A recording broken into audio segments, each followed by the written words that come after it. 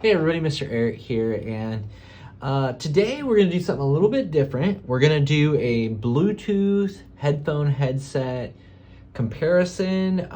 Essentially, I'm looking for a closed back headphone that I can use to kind of fill in some gaps. So really I want something that I can game with occasionally, closed back if I want to block sound out. I want to have a simple headphone to throw on to do work around the house and things like that, or even outside or whatever. And, you know, again, this isn't going to be my main headphone by any means, but I want something that's kind of versatile. Maybe like a travel headphone I can throw in a bag and take with me somewhere. And so for the longest time, I've been using these guys, which are the Sony, I don't know, WH-1000XM3, something like that. I don't know the actual, like, all those numbers and things, but it's the 3rd gen version of the Sony, you know, over-ear noise canceling headphones. And while not perfect, the noise canceling on these guys is amazing, and they're super comfortable, and the sound is okay. We'll talk more about that here in a moment. But anyway, these, I didn't know if there was something that would be better for me out there, so I'm trying a couple of other headphones to see. So those two headphones are the K361 Bluetooth. Got some different pads on that. We'll talk about that here in a moment. And then the Audeze Penrose gaming headset. So what we're going to do is we're going to dig into each of these headphones. What do you get with them? What are they good at? What are they not good at? And then ultimately, you know, we'll see which one's right for me, and hopefully by the end of it, you might know which one's right for you. Before we dig into any of that, I would take a minute here to say, you know, if you wouldn't mind giving me a like and consider subscribing if you're into headphones and you want to see more comparisons and things like this. You know, there'll be more to come in the near future. So I appreciate you being with me, and you know, also don't be afraid to, you know, leave some comments and ask some questions down below or weigh in your opinion. So anyway, on with the comparison. So let's start by talking about the Sonys here, just because those are the ones I'm most familiar with. Now you can see mine are a little beat up. I've been using them for quite a while now, probably had them for, I don't know, 6 months or so.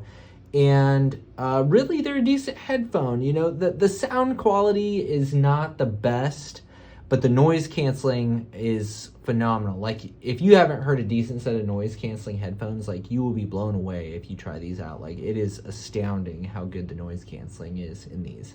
Again, with realistic expectations. So the stock sound on these, when you just open them up and put them on, is horrendous, to be perfectly honest with you. The bass is so out of control crazy. Like, it is just, I have no idea why.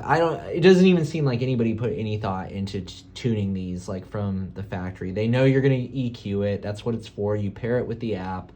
You EQ it to your preference, and it does a decent job of that. It's not going to blow you away with resolution or, you know, texture or sound stage or anything. But once you tune it to your preference, it's adequate, okay? That's what I'd say about this. So I'll show you my EQ profile that I use, and I really enjoy listening to these headphones on this EQ profile. Again, is it going to compare to like a $300 wired set of headphones? No, definitely not. There's lots of things that would outclass this in that price range. However, you know, keep in mind, you can readily buy these now on the used and refurbished market for, you know, 120, 150 bucks.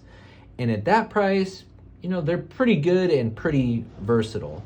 You know, what do you get with these headphones? Well, you get just a few basic accessories. You know, you get a little, about 4 foot, you know, cable that you can plug in. These will work.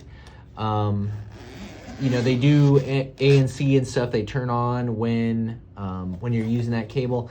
I've never had them low enough on the battery, so I couldn't tell you if they will work.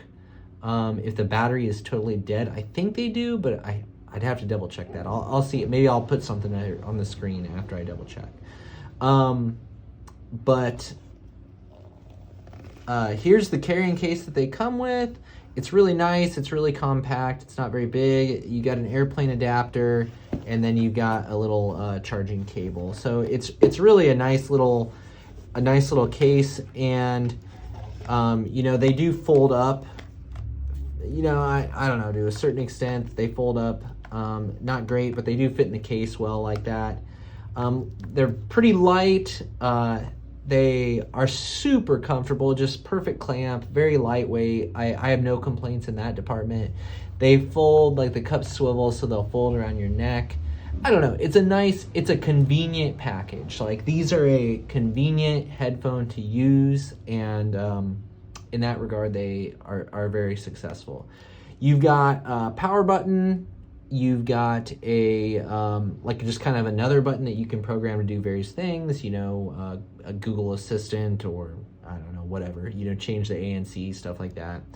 You use swipe gestures on this cup to do things. I hate that. I don't like the swipe gestures. I mean, they function to a certain extent, but you never quite know if you're swiping in the right direction. And I don't know, it works, but it's not perfect. You know, you can like double tap to pause things and stuff like that.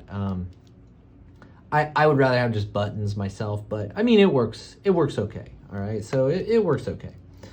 So that's the Sony. That's the basic overview of the Sony and what you get with the Sony. Let's talk about the K361. Obviously, I've got a different set of pads on it. I do not find these headphones very comfortable with the stock pads. My ears hit the drivers. I hate that. So I've got a set of Brainwaves pads on top of these, and it works. It makes it more comfortable, but you can see it overlays like the buttons and the you know, the 3.5 millimeter port on here, or maybe it's a 2.5. It's not a 3.5, but so it's not a perfect solution, but it makes it at least bearable for me comfort wise. These guys fold up nice and compact, and they do come with a padded bag if you want to store them in that, you know, when you're taking them around. They also come with kind of like a plethora of cables. So you've got like a shorter cable that's, again, 2.5 to 3.5 with a, you know, the typical twist-on adapter. You've got a longer cable that's basically the same, and then you've got a little charging cable. This is micro USB for charging, not USB-C, so that's something to note. Less to say about these. The build seems okay. They're still relatively light. They seem fairly durable, but like I said, for me, they're just not as comfortable. And then you put the Brainwaves pads on, and they're more comfortable, but it's still, they don't look quite right, and it doesn't feel very premium. So the Sonys just all around are kind of nicer to wear and use than these ones are. These do not, like the K361 do not have ANC, although they do isolate fairly well without it. That's pretty much that. Not as many controls or bells and whistles as the Sonys, but they do get the job done, and you can pick these up. Well, I picked the Sonys up for, I think, like $130. These I picked up for $90 used, and I think you can get them regularly about $100 normally, brand new. So that's the AKGs. Now, let's talk about the most, well, I guess it wouldn't be the most expensive if you bought the Sonys brand new, but the Penrose is the newest model of the bunch here, and it's definitely the most featured. It's marketed as a gaming headset, this one. You can tell by the blue that it's made for PlayStation. It does work with PC as well. And the big thing about this one is not only is it Bluetooth, but it is also wireless and works with the PS4 and PS5 and PC with this. So it's a little more versatile in your connectivity options, because you can do, like, I had it paired with my phone for Bluetooth, and then I had this in my PS4, and then you can still bust the like the aux cable out if you want to do it wired. It does have to have battery, though, to work wired. This one does. The 361 does not. Again, I'll have to check on the Sonys. But things you get with the Penrose are 3.5 to 3.5 connector. You get a USB-C to USB-C for charging. And you get a USB-A to USB-C for charging. And then, of course, you get the microphone here as well, because it's a headset. There's a lot going on this headphone. If you can see, you've got mic on, off, mute. You've got mic volume wheel. You've got a volume wheel. You've got a power button. And then you've got a Bluetooth button. And then you've got ports for 3.5, charging, and microphone. So there's a lot going on this headphone here. This one is planar magnetic. It is Audeze, so that makes sense. Again, closed back, but not noise canceling. You can see it does have cup rotation, and this is actually like a fairly solid feeling construction. It definitely feels more solid than the other two. However, the comfort, the cups are very plasticky, and the comfort on this one is not very good. The clamp is not great. The seal is not great, so you don't get a lot of isolation. It's the heaviest of the bunch. So all in all, I wasn't really pleased with the build and comfort of the Penrose here, which shocked me because I'm kind of an Audeze fan. And this seems to be, I feel like they kind of missed the mark on the quality and comfort with this headset here. So that's a quick overview of like everything that comes with them, but let's talk about their pros, cons, and the sound. Oh, by the way, the Penrose is like $300 new. I bought mine for about $250 used. So substantially more, like more than almost twice as much than the Sonys, and maybe almost not quite 3 times as much as the K361 Bluetooth. So what are the pros and cons of the sound? Well, the Sony, I would say, is probably the technically least capable of the bunch, but again, you can tune it with their app very easily, and you will be able to get a sound that you are okay with that one. I would say that the Penrose is probably technically the most competent headphone. It's really well extended on both ends. It does have an emphasis on treble, I would say, and upper mid-range, which makes sense since it's a gaming headset. Gunshots, footsteps, reloads, things like that are going to be in that frequency range. The bass is a little more subdued on this than the typical Audeze sound signature, but it's still very present and very well detailed and extended. Good separation, probably the best sound stage of the bunch with the Penrose. I did think that the mids could get a little shouty on this when listening to music, but for gaming, these were definitely my preference of the bunch for gaming purposes. The 361, it's through Bluetooth. I didn't like it. Like it sounds okay, but it sounds quite thin through Bluetooth, I thought, and a little harsh and a little sharp on the high end, and the lows were a little weak. You plug it in though to something with that you can give it a little bit of power, and I think it really wakes this headphone up and makes it an enjoyable music headphone at that point in time. It kind of reminds me of like a baby Allegia. So it's pretty delicate, very well controlled, pretty well extended on both ends, but it definitely doesn't match the Audeze as far as details go, I wouldn't say, and definitely not in bass. The highs would be more comparable though. I would still say this is a treble leaning headphone. Definitely tilts towards that spectrum as opposed to the warmer spectrum.